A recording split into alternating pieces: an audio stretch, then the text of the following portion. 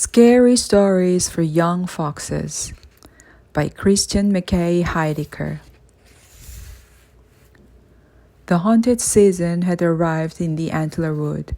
The sky grayed, the leaves blushed red, and mist coiled through the trees like something alive.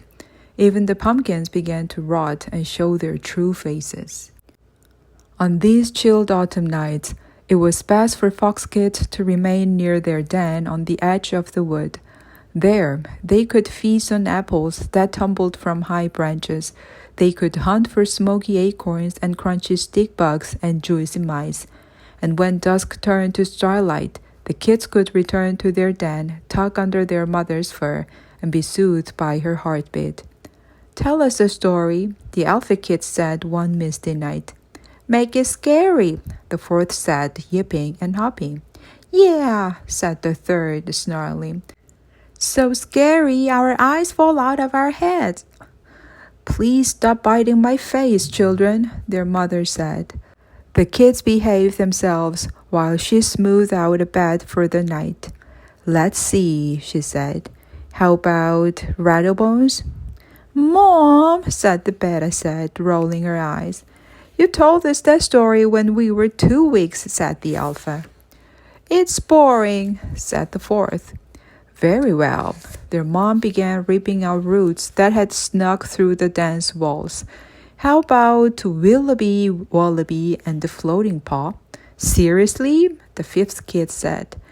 "That story wouldn't raise the hackles on the field mouse," said the fourth. "It's kid stuff," said the third. "Well," their mom said, "those are the stories I know." 7 little foxes sighed. "Sorry to be a disappointment," she said, lying down. She paused and looked at the kids with all seriousness. "But you must promise that no matter what you do tonight, you will not go to Bog Cavern." The kids' ears perked. "What's Bog Cavern?" the alpha asked. "That's where the old storyteller lives," their mom said. "If you go there, you'll hear a story so frightening it will put the white in your tail." The kids stared at their thin, dusty brown tails with wide eyes. "Wait a second," the fourth said, looking at the fluffy white end of their mom's tail. "You heard the story?" "Only part," she answered, "and I wouldn't repeat what I heard for 1,000 mice." The kids gave one another meaningful looks. They didn't want some toothless story like Willoughby Wallaby, which could be forgotten with a shiver and some milk and a lick on the cheek. They wanted the story so scary it would prove their bravery and change them forever. All except the little one, that was. She preferred the sound of her mom's heartbeat. Yes, it may have been wise for fox kids to stay close to the den once the leaves began to fall, but the fog and the frost and the old crimson moon had stirred something in their whiskers. And so they waited until all was quiet, save their mother snoozing. And then 7 little foxes slipped out of their den with the mission to scare some white into their tails. 7 kids snuck into the night, over the log, around the stone, across the creek, and through the grass, deep into the antler wood. The trees threw up their limbs as if to frighten them away. The little ones slowed at their warning. "Come on, Sticky Paws," the beta kid whispered. 7 kids crept through the wood, beneath the bone-white branches, past the broken trap, beyond the cave of snoring, over the human bones, to the entrance of Bog Cavern. Roots dripped over its mouth, fog oozed from its throat. The kids squinted into the darkness, but saw nothing but a pile of bones and skin. "Is the storyteller dead?" the fifth kid whispered. The fourth kid sniffed. Sniff, sniff. "Doesn't smell dead." "Someone go nose it awake," the third kid said. "Don't look at me," said the beta. "I like my nose." "Shh," said the alpha. The bone stirred, then jerked up so abruptly every one of the kids' paws left the ground. The little one scurried behind her beta sister. The bones set themselves upright, forming a sort of fox silhouette. Eyes flashed green in the darkness. What have we here? The storyteller said with a voice like a spilling dust. Sniff, sniff, grovelers. The beta gave the alpha a nudge. The alpha said, voice cracking. Would you tell us a scary story, please? The storyteller sniffed again. Too young. Come back when you've lost your milk teeth. The fox kids clamped their muzzles shut. The little one hoped this was enough to get her siblings to scurry home, but no one budged. The alpha cleared his throat and delivered the speech he'd prepared. We're smart enough to know that stories are as harmless as the wind through the leaves. They cannot pluck our whiskers or break our bones or strip our skins. A silence grew behind the roots, so complete it seemed it could suck the kids into the darkness. Sure of that, are you? The storyteller asked. 7 little foxes tried not to shiver. 2 of them succeeded. All scary stories have 2 sides, the storyteller said, like the bright and dark of the moon. If you're brave enough to listen and wise enough to stay to the end, the stories can shine a light on the good in the world. They can guide your muzzles. They can help you survive. A cloud slid off the moon, and shadows reared up around the cabin. The antler wood seemed darker now that there was light. But, the storyteller said, if you don't listen closely, if you turn tail from the horror and don't stay till the end, then the darkness of the story can swallow all hope. It can frighten you so deeply you'll never want to leave your den again. You'll waste away the days with your mother, forever smelling like her milk. The wind pawed at the leaves. The moon shined on the gray fur of the storyteller's face. So, do you still want to hear a scary story? 7 little foxes gulped. Only the alpha nodded. Come closer then, the storyteller said, and we'll see which of you make it to the end. The alpha marched forward. The third hesitated a moment and then followed. Then came the beta and the 4th, 5th, and 6th, trembling. The littlest fox gazed back through the antler wood, over the bones, beyond the cave, past the trap, beneath the branches, through the grass, across the creek, around the stone, over the log, toward home. She breathed deep and padded close to the cabin with her siblings. 7 little foxes sat and listened. Our story begins, the storyteller said, in the ivy wood. Miss Vix. 1. The sun was only just peeking over the peach-leaf trees, but the heat was already crisping the trees and steaming the creek and making the dying fields too bright to look at. Roa, Marley, and Mia trotted toward the dappled shade of the ivy wood, tongues lolling. The grasses buzzed deliciously around them, but on these high sun days, the grasshoppers were as dry and sour as birch bark. What you think we'll learn today? Roa said. Hopefully about shadows and holes and how to take naps in them, said Mia, panting. Marley was busy rolling in something smelly and didn't hear the question. Come on, Mar, Roa said. We're gonna be late. Every morning when the sky woke white and watery, when the owls were tucking into their trunks and the snakes had not warmed up yet, the kids gathered beneath the learning tree for their lessons. Their teacher was called Miss Vix, and she taught them what they needed to know while their mother tended to the hunting and the den. In their first few weeks outside the den, Miss Vix had taught the kids how to swish their tails through the reeds to stir up a buzzy explosion of insects, which they could snap out of the air. She taught them how to point their muzzles northward when hunting, waiting for the claw of the sky fox to draw a hazy ring of purple around their prey. She taught them the bird song for eagle and snake, so they knew where to duck or jump when the predator was near. And when there were no birds in the treetops to sound the alarm, Miss Fix taught them how to perk their ears and listen for the sounds of large feathers brushing the wind or golden scales parting the earth. Months from now, after the breath of autumn blew red into the leaves, the kids would celebrate their Golden Eye Day, and they would set out to claim their own territories. But until that day came, they would learn how to become proper foxes. Something flopped fatly across the three kids' path. Roa sniffed the creature's damp skin and pond breath and gagged. Blatch, Todd's slime. Catcher gets belly, Marley said, hips in a wiggle. Mia collapsed in the shade of a wilting rosebush. Too hot. Marley bounded after the Todd, while Roa gazed toward the learning tree and sighed. Don't worry, Mia said, fixing him with her blue swirl eyes. Miss Fix won't get any less pretty, and your eyes won't get any less blue. Roa scowled. He tried to think of a comeback, but instead his ear twitched.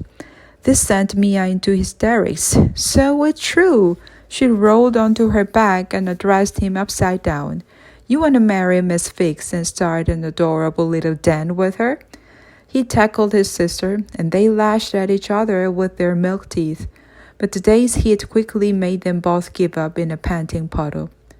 There came a wet plop in a nearby pond, and Marley came bounding back, shaking mud from his muzzle. It was too slippery. Psh, Mia said, rounding to her paws. That jumper was as dry as dust. She trotted toward the learning tree and called back to Roa. Come on, Mr. Fix. Roa followed, grumbling. It was true that Miss Fix had honeyed eyes and lush black ears and golden fur that smelled like butterfly dust, and it was true that the tip of her tail was as white as cloud fluff and her boots were as black as the space between the stars. But Roa didn't want to start a den with her. He wanted to be like her when he grew up. He admired the arc in his teacher's back whenever she pounced on her prey, the way she could sniff out a scuttling from a distance of 300 tails, and how she had once stolen a badger's feast, piece by piece, by nipping at the badger's ears and getting it to chase her. The three siblings continued on, panting. They passed the sluggish river, fish glittering in the sun. They passed the bush with shriveled raspberries that tasted as bright as lightning. And they passed Lumpy Prairie, where cottontail season had finally come to an end. The grass was growing brittle, and baby bunnies were no longer as easy to pluck as blackberries off the vine. Melting, Marley said. Evaporating, said Mia. Roa just panted. No bird sang in the ivy wood that morning. The leaves rasped like an old dying snake. 2. After a short, sun-baked trot, Roa, Marley, and Mia lived atop the tumbled oak that bordered the meadow and wood. Huh? Mia said, curling her lip. Does something smell? Sniff, sniff. Funny to you guys? Roa blinked away the shadows left by the sun. He sniffed the trees. Miss Fix's butterfly scent was lost on the wind. It had been replaced with something darker, something yellow. Snort! Marley snorted thickly. I don't smell anything. He bounded off the tumbled oak. Mia and Roa gave each other a look and then followed. The three arrived beneath the shade of the learning tree, stopping at the hawthorn bush where Miss Fix greeted them every morning. Their teacher was nowhere in sight. Busy, the kid's alpha sister, sat in front of the bush, head tilted. Every morning when they left the den, she sprinted ahead like reaching the learning tree was some sort of race. You win again, Biz, Marley said, out of breath. Busy glanced at them. She didn't brag about her win like she usually did. Instead, she stared back into the hawthorn bush. Its branches were trembling. Roa sniffed, sniff, sniff, and the yellow stench crept up his nostrils and roiled his stomach. Yuck, Marley said, pawing at his nose. What died in there? Smells like shoe barf. Mia said, wrinkling her muzzle. It's Biz's head tilted to the other side. It's Miss Fix. Roa's ears perked while his heart made a little jump. What's the squib is she teaching? Mia said. How to stink so bad you scare away all the prey? Marley laughed. Roa sniffed at the bush again. Beneath the yellow, he caught a faint scent, dusty, sweet, and familiar. Bits of golden fur flashed between the shifting leaves. In the shadows, he could barely make out the silhouette of a fox. Its head swayed back and forth like an eel in water. Its mouth hung open as if tasting the air. That's not Miss Fix, Roa said. Is it? He took a step toward the bush. But then something sharp clamped down on his tail. He whirled and tackled Busy to the ground. She caught his paw in her teeth. Me fish don't go in there, she said. Roa loosed his paw from her mouth and gave it a lick. Maybe it's a game, Marley said, tail wagging. It is, Mia said. It's called Who Stings the Worst, sniff, sniff. Marley wins. He pounced on her, and they rolled away. Roa hadn't taken his eyes from the swaying silhouette. Beneath the rustle of leaves, he could hear a hair-raising click of teeth. Click, click, click. What's she doing in there, Bits? Roa asked his alpha sister. Busy flattened her ears. When I got here, everything was normal. Normal day. Normal, Miss Biggs. She swallowed deep and stared into the bush. Except for Alfie. Alfie may have been the runt of the litter, but he was the most adventurous. Their mom could never get him to stay put near the den, and she'd give up trying long ago. Alfie would disappear for hours at a time and return smelling of orange mud or hairy leaves, and one time even bear dung. He was hiding in the bushes, Busy said, her stuttered words than usual.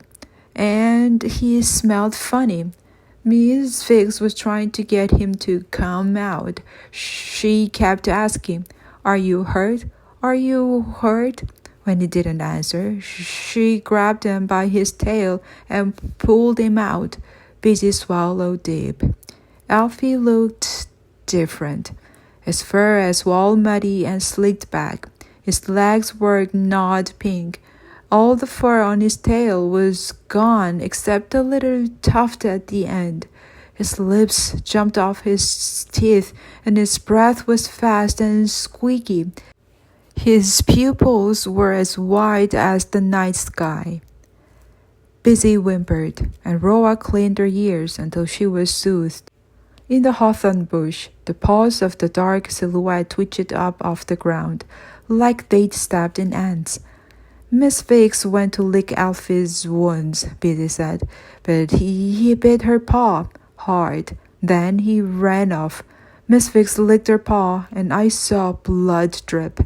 She turned her nose to a little black spatter in the dust. Roar stared at it. I asked if she was okay, Busy said, but she just stood there and trembled. Then she said, Class is over, and crawled onto the bush. The silhouette moved its jaws. A breeze made the leaves sharpen themselves against one another. Roa held back a shudder. Had Alfie wandered somewhere and come back smelling of yellow? Had he given the yellow to Miss Fix when he bit her? Still playing the stinky game? Mia asked, returning from her battle with Marley. Roar stared into the bush. I'm gonna go in and check on her. I don't know about that, Busy said. Do it, Marley said. I'd do it, but I don't think my butt would fit in there. Behind the leaves, the silhouette stopped swaying and held perfectly still, as if listening. Roa hesitated. What if it's a test, Mia said, narrowing her blue swirl eyes. We're not supposed to go in strange and stinky places. What if you go in there and Miss Fix bites your scruff and you fail at everything forever? Roa rocked paw to paw. But what if I don't go in there and I fail? The silhouette seemed to stare at him, as if waiting for an answer. Roa nodded, determined. I'm going in." "Well, you've said that twice now," Mia said. "But times you've gone in there? 0. Roa let out an involuntary whimper. He licked his lips and made a backward wriggle. Then, folding his ears, he plopped to his belly and crawled beneath the leaves. 3. It was dark in the hawthorn bush, but then a soft wind blew, flickering the leaves, and patches of light cleaned the shadows from the silhouette. It was Miss Fix. Roa had never seen his teacher upset before. She had always taken the kid's bites and scratched it with the patience of spring. But here, in the hawthorn bush, her lips were curled around the black of her gum, the white of her teeth. Her eyes were narrowed in dark, gooey slits. "Miss Fix," Roa whispered. A shudder ran from his teacher's ears straight to the tip of her tail. She tried to take a step toward his voice, but then wavered and missed. She turned in a half circle, then sat down again. Her gooey eyes stared at nothing. Roa looked at his teacher's paw, sticky with black. "Are you hurt, Miss Fix? Do you want me to find Alfie and bite him for you?" Miss Fix's head swayed. Her breath sounded choked with cobwebs. "What's she doing?" Mia whispered from outside the bush. Roa didn't answer. "Miss Fix," he said, "are you okay?" Miss Fix lifted her snout, and she saw him through the goo. Her muzzle tightened into a snarl, but then she shook her head back and forth, like she was trying to escape a sneeze. A sound bubbled from her throat. "Run!" Roa's ears flattened. "Run where?" He had never done anything in the Ivy wood without his teacher's permission. Miss Fix's teeth made that horrible clicking. Click, click, click, click. The sound woke the nerves in Roa's toenails. "Run where, Miss Fix?" Her breath made a rattling sound. With it came the stench, dark and warm. The scent of butterfly dust was gone, as if the yellow had swallowed his teacher from the inside out. Roa dropped to his belly and scooted back out of the hawthorn bush. "Did you pass the test?" Mia asked in a chipper voice. "Are you guys married now?" Her giggles were cut short when there came a snapping of branches and Miss Fix stumbled out of the leaves. The other kids saw their teacher's gooey eyes, her snarled lips, and they backed away, whiskers alert. Busy whimpered, lifting her paws. "Maybe we should go." "Yeah," Marley said, backing up. "I think I hear Mom calling." Roa planted his paws. "I'm staying." Mia's tail thumped uncertainly. Their teacher stared at them with her black goo eyes. Her teeth dripped. "That's enough class for me today," Mia said. She tried to scamper away, but Miss Fix struck like a snake, snagging Mia by the tail.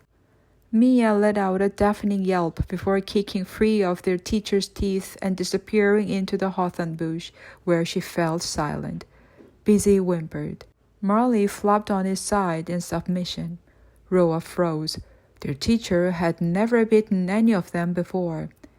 Miss Fix's gooey eyes flashed back to the 3 kids, Mia's first sticking out of her fangs. Miss Fix lunged at each of them in turn. Roa, Marley, Busy. As each kid flinched out of her jaw's reach, the next caught her attention, and she rounded on them. Roa backed away from his teacher, heart thumping. He wanted to stay put. He wanted to sniff out the butterfly dust beneath the yellow and coax her back to the surface, but his paws betrayed him. He turned his muzzle toward the den and started to pad away. Behind him, there came a chomp and a tiny yelp. "Yipe!" Busy. She didn't even get a head start. Roa broke into a run. There came a scuffle and another yelp. "Aroo!" Marley. He wasn't laughing anymore. Roa started to sprint. 3 yelps from 3 of his siblings. The yellow stench had swallowed Miss Fix. Now it would swallow them too. Roa ran through the dappled shade of the learning tree and leaped onto the sun-touched moss of the tumble dog. In the warm light of morning, he second-guessed himself and gazed back toward the hawthorn bush. There was still a world of things to learn. Miss Fix was going to teach them the nap and capture technique. She was going to teach them how to tell if a mouse was playing dead. She was going to teach them how to swim. The hawthorn bush was hidden by the trunk of the learning tree. The only movement was the shifting shadow of the canopy. Busy? Roa croaked. Marley? Mia? His teacher came sprinting around the trunk, fangs bared, drool streaming, gooey eyes fixed on him. Roa's paws kneaded the moss. I give up, Miss Fix. Still she came. Her cobwebbed breath, her blooded paw, her yellow stench. I fail, Roa shouted at her. I don't pass. I don't want to do this anymore. It wasn't until she leaped from the earth, lips curled, teeth gleaming, that a voice echoed deep in Roa's mind. Never the fields. His teacher had said when she still smelled like butterfly dust, your legs are too little to escape a hunter in the open. If something is chasing you, hide yourself in the most tangled space you can. Do you understand? Roa might not have understood, but his paws did. As his teacher's shadow swept over him, he slipped off the backside of the tumble dog, plopped to the ground, and bolted toward the den faster than he thought possible. He heard the crunch of Miss Fix's paws on the trunk behind him as she landed and then leaped again. When he sensed her shadow in his left whiskers, his legs swiveled and shot him to the right. Soon he could feel the click, click, click of her hot breath snapping at his tail, and his paws leaped and bounded and skittered through the trees. He tried to think of the most tangled space he knew of. The briar patch. The wood was a blurred confusion. Roa couldn't tell which way was which. Then he remembered when Miss Fix taught them how to tell directions. Whenever you point your muzzle northward, your eyes will grow fuzzy with purple. Roa swung his head left, then right, until his vision gained a hazy color like sunset coming in at the edges. He rocketed toward the purple, crossing through lumpy prairie, and then arrived at the briar patch. He wriggled into a whisker-wide crevice and crawled to the heart of the thorny shadows. There he crouched, trying to catch his breath. Safe, safe. A snarl. Roa leaped, just as Miss Fix's fangs ripped through the brambles. She thrashed toward him, not even flinching as the thorns tore at her gooey eyes. Roa wiggled out of the briar patch and ran. His teacher chased him across the grasses where she had taught them to pierce the soft earth with their muzzles. She chased him through the tunnel where they'd dug for earthworms. She chased him around the blackberry bushes where they'd plucked dessert, and down Tumble Hill where they'd played hawks and hunters. At the bottom of the hill was a sunken creek. Roa tried to leap to the far side, but his ribs stuck the ledge and he flipped backward, splashing into the shallows with a small yelp.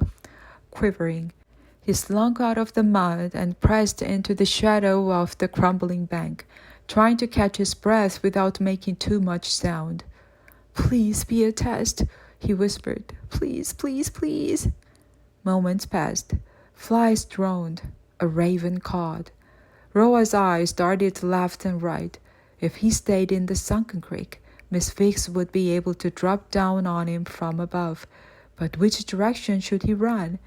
Up creek or down? Something told him one way would lead to a freedom, the other to his teacher. Roa pricked his whiskers. He couldn't see Miss Fix's shadow on the opposite bank or hear her cobwebbed breath over the trickling water. He couldn't smell the yellow stench over the dead fish in the creek. How would he know which way to go? Craw, craw. The black feathers of a raven gleamed on a high branch above. Birds had the best view in the forest. They could tell you when something was coming and from what direction. But bird languages were tough. You had to know which birds sang which songs, and then remember the subtle changes and trills for what they meant. Roa wasn't as bad at remembering the songs as Mia, but he was nowhere near as good as Busy, who seemed to have feathers sprouting out of her ears. Craw, craw. I hope you're saying she's coming from the right, Roa whispered to the bird. He headed up creek. Whether Miss Fix had actually taught him something about birds or it was pure luck, Roa would never know. But when he rounded up the lips of the sunken bank, he saw his teacher on the far end, staring into the water, muzzle bleeding from the briars. Her head lifted slowly the moment she caught his eye. She bounded over the water and came after him. Again, Roa ran. He panted in the stifling heat. His heart pounded, ready to burst. If this was a test, how could he pass it once and for all? He needed to find somewhere he could hide where his teacher could not fit. There's always the mole burrow, Miss Fix had said. It's a tight fit, but if your whiskers can get through, so can you.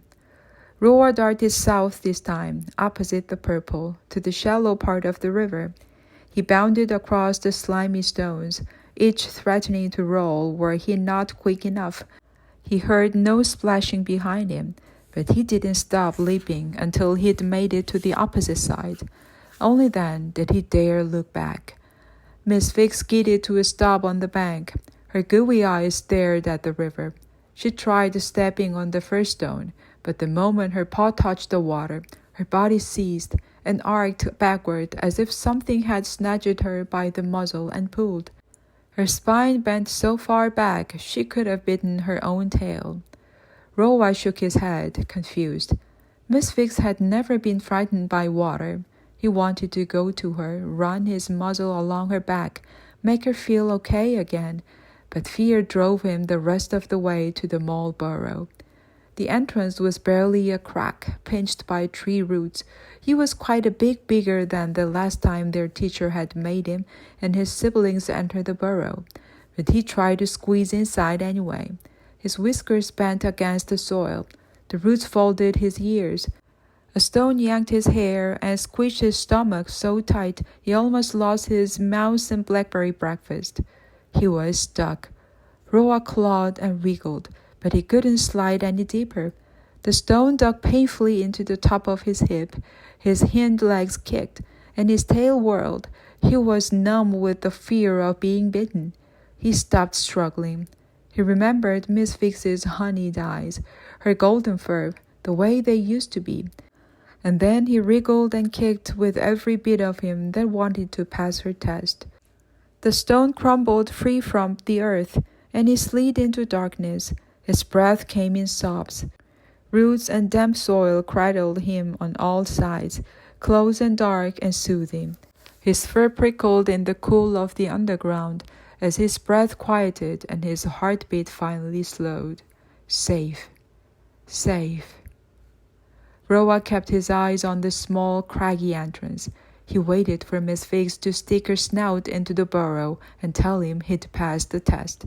He waited for her to help him squeeze back into the sunlight, where she would lick the mud from his fur and nibble the briars from his tail, and tell him he was faster and cleverer than all of his siblings. The wind whistled outside.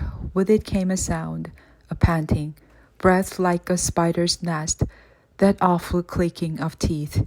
Click, click, click. Roa assured his pounding heart that Miss Fix couldn't fit inside. She was too big. Click, click, click. His ear twitched. The clicking sounded different than before. The breath was higher pitched. Click, click, click, click. He flattened his ears as the snout slid into the craggy entrance, breathing the yellow stench into the burrow. It sniffed. Sniff, sniff.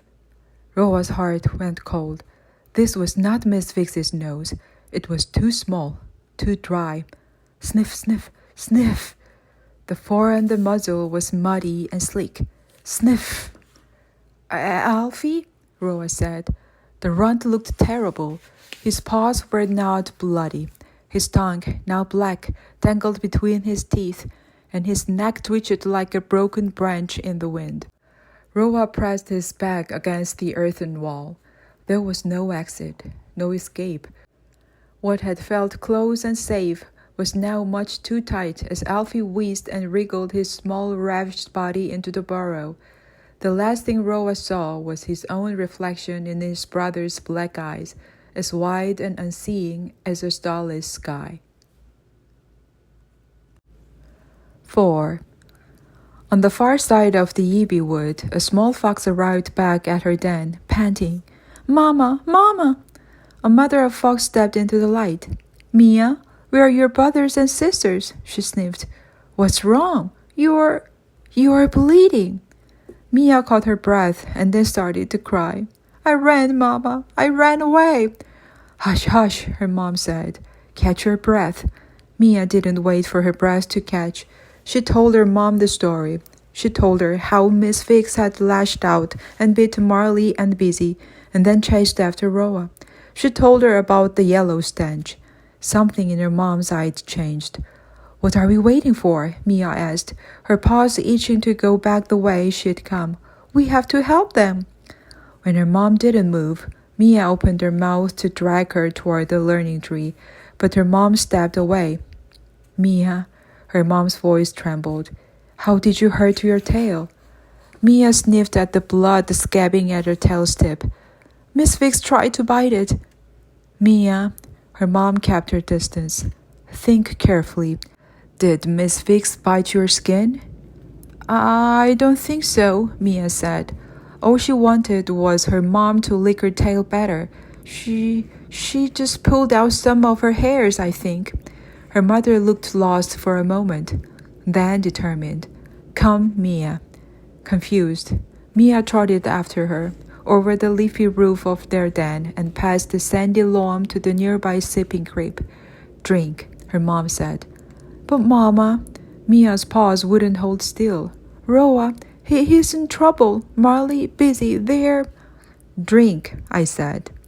Confused, Mia dipped her muzzle into the creek and took a small lap. The water was cool and clean on her tongue. She hadn't realized how thirsty she was. While she drank long and deep, her mom crouched on the bank, watching Mia's mouth as if she expected the water to leap out of it. When Mia swallowed, her mom gave a deep sigh and trotted away from the den. Mia licked the droplets from her beard. "Where are you going?" "Roa, Busy, Marley, Alfie, they're that way." Her mom turned her eyes to the edge of the field, to the shadows of the learning tree. "We must leave them." She bounded up Jack Rabbit Slope, and Mia practically tripped over her own paws trying to catch up. "But where? Why?" "To the north," her mom said. "Beyond the forest, where the yellow cannot follow." "But Mama," Mia sniffed, too exhausted to cry. "We have to go back. I left them." Her mom continued on, ducking beneath the drooping leaves of a willow and slipping into a thicket of ivy. "We don't need to worry about your brothers and sisters now." She sniffed once. "Miss Fix will take care of them." Mia gazed back down the slope. She traced the sipping creek as it curled into the river, which flowed past the learning tree. The shadows seemed darker now, the bright spots gray with rising dust, almost like the Ibi wood. Her home was going to sleep. "Was the yellow stuff," Mia said, "was it all a test?" Her mom lived down the other side of the jackrabbit. "Yes," she said. "It was a test, and you passed. The other kids still have learning to do, but you," she glanced at Mia with shining eyes, "you're all grown up now." "Really?" Mia said, following. She struggled to untangle a knot of ivy with her snout. "I don't feel grown up." "Well, you are," her mom said, and with the snip of her jaws, she set Mia free. "You did so well in your classes that it's time for you to leave the Ibi wood." Her mom continued downhill at a faster pace, but Mia stopped and quirked her head toward the treetops. Her mom had told her that she would celebrate her golden eye day after the leaves fell, and that only then would she and her siblings set out on their own. but there were the leaves still fluttering on the branches. But Mama, Mia began. Hurry now, her mom said. Mia bounded to catch up. You'll be with me the whole time? Every step of the way. Okay, Mia said, walking a little more easily now. That's good. The world opened before them, new and wide and unfamiliar. And although Mia's paws still trembled, she tried to walk like a fox whose tail didn't sting and who wasn't afraid of the things she'd seen.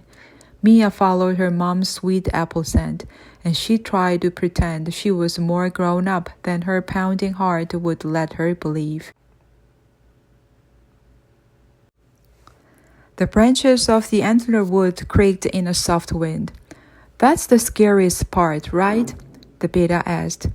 That's as bad as it gets. The storyteller remained silent in the cabin. That wasn't that scary, the third kid said. Are you kidding? Said the fifth. He counted on his toes. 1, 2, 3, 4, 5 foxes died. The fourth cleared his throat. The yellow stench isn't real, right? More silence from the cabin. The fourth kneaded his paws and whimpered. Did Mia and her mom ever find another den? The fifth asked. Patience, the storyteller whispered. The fourth ear twitched with realization. Oh, right, Mia, that's... Hush, the beta said. The little one curled her paws beneath her chest to keep them from shaking. Boss? Said the alpha. Bosie, the sixth kid, hadn't blinked since the story ended. The little one tried to see into her brother's eyes, but they stared straight through her into the dark of the wood. Bosie? The beta said. Do you need to go home? Without a word, the sixth kid stood, turned his nose toward the den, and left. 6 little foxes. We're ready for the next part, the alpha said. Yeah, said the third. We're ready for the scary part. The little one gulped, hoping the scary part was over and done with. What's more frightening than a rabbit, teacher? The storyteller asked. The kids tilted their heads questioningly, ears still flat. Perhaps, the storyteller continued, someone in your family who is just as cruel even though they are not diseased. The wind made the leaves whisper, ruffling the little one's fur. She didn't like where this was going. On the other side of the forest lay the boulder fields, the storyteller said. One night, the moon shined high and bright just like it is now. 6 little foxes gazed into the sky.